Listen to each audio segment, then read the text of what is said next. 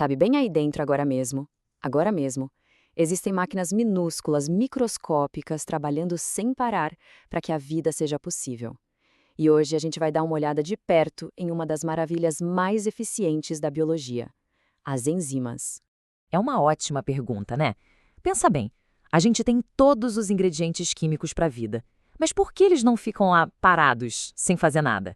A resposta para isso, o segredo, está na velocidade com que as coisas acontecem, na velocidade das reações químicas. E é exatamente por aí que a nossa conversa começa. Pois é, a vida, na sua essência, tem um problema. Um problema de velocidade.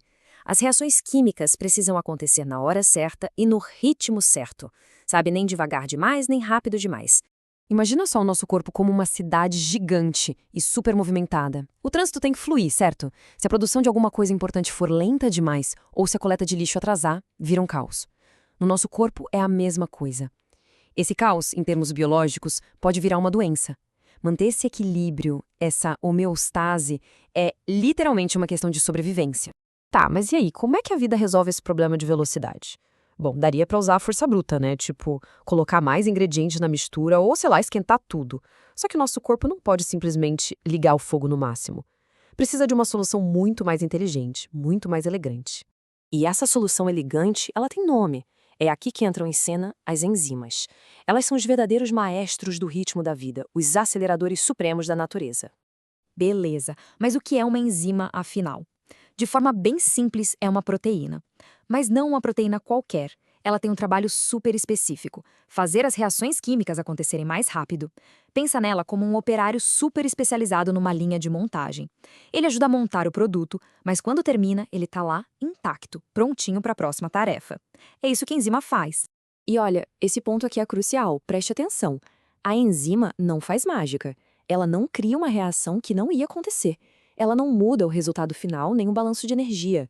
O que ela faz é pegar uma reação que talvez demoraria anos, séculos para acontecer sozinha e faz ela rolar em uma fração de segundo. É impressionante. Tá, mas como? Como elas conseguem essa aceleração absurda? A resposta, o truque de mágica, se é que a gente pode chamar assim, está em uma coisa chamada energia de ativação. Pensa assim, toda reação química precisa de um empurrão para começar, sabe? Essa forcinha inicial é a tal da energia de ativação. A analogia da colina é perfeita. Imagina que tem que empurrar uma pedra morro acima para ela poder rolar do outro lado. Essa subida, esse esforço, essa é a barreira de energia que tem que ser vencida. E o desafio central é exatamente esse.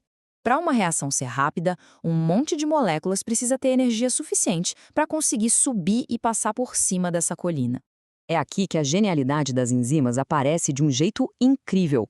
A tal da força bruta, tipo esquentar as coisas, dá mais energia para as moléculas tentarem escalar o morro.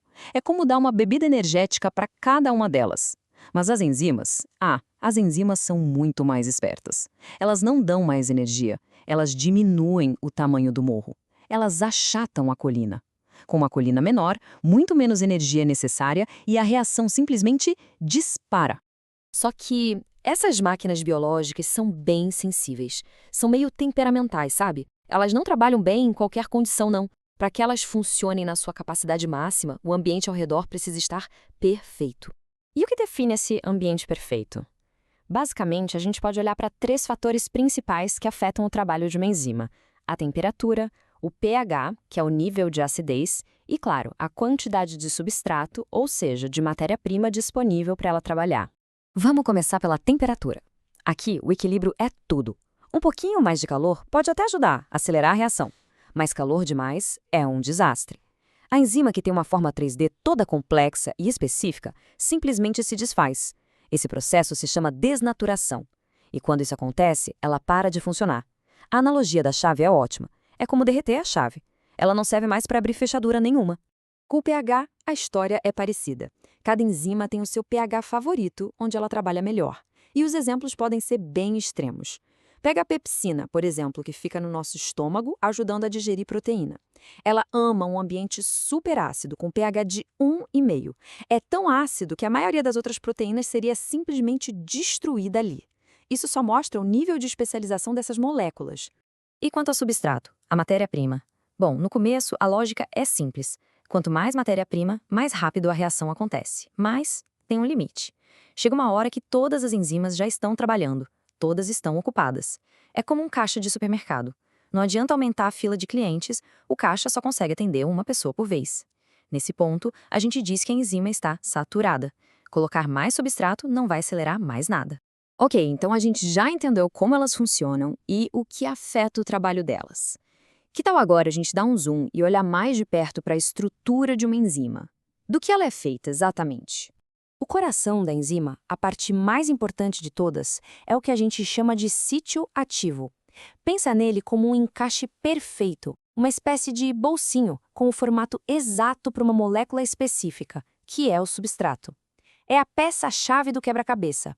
É ali, nesse encaixe, que a mágica toda acontece. Só que, muitas vezes, a parte que é só proteína, que tem um nome técnico de apoenzima, não consegue fazer o trabalho sozinha. Ela precisa de um ajudante, um parceiro. Esse parceiro pode ser um cofator, tipo um íon de metal, ou uma coenzima, que muitas vezes vem das vitaminas que a gente come. E só quando a apoenzima se junta com esse parceiro é que a gente tem a holoenzima. Aí sim, a máquina está completa e pronta para o trabalho. E o universo das enzimas é gigante, super diverso. Para organizar a casa, os cientistas dividiram elas em 6 grandes classes, dependendo do que elas fazem. Tem as que quebram coisas, as que juntam coisas, as que transferem pedaços de uma molécula para outra.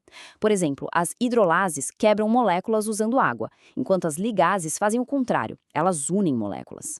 Essa variedade toda que permite que elas cuidem de praticamente todas as reações químicas que a vida precisa.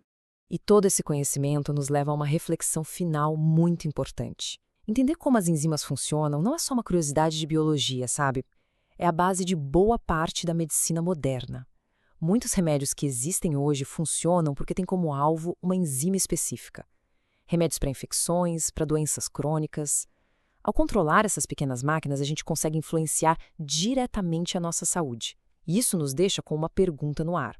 O que mais a gente seria capaz de fazer se conseguíssemos dominar completamente o ritmo da vida?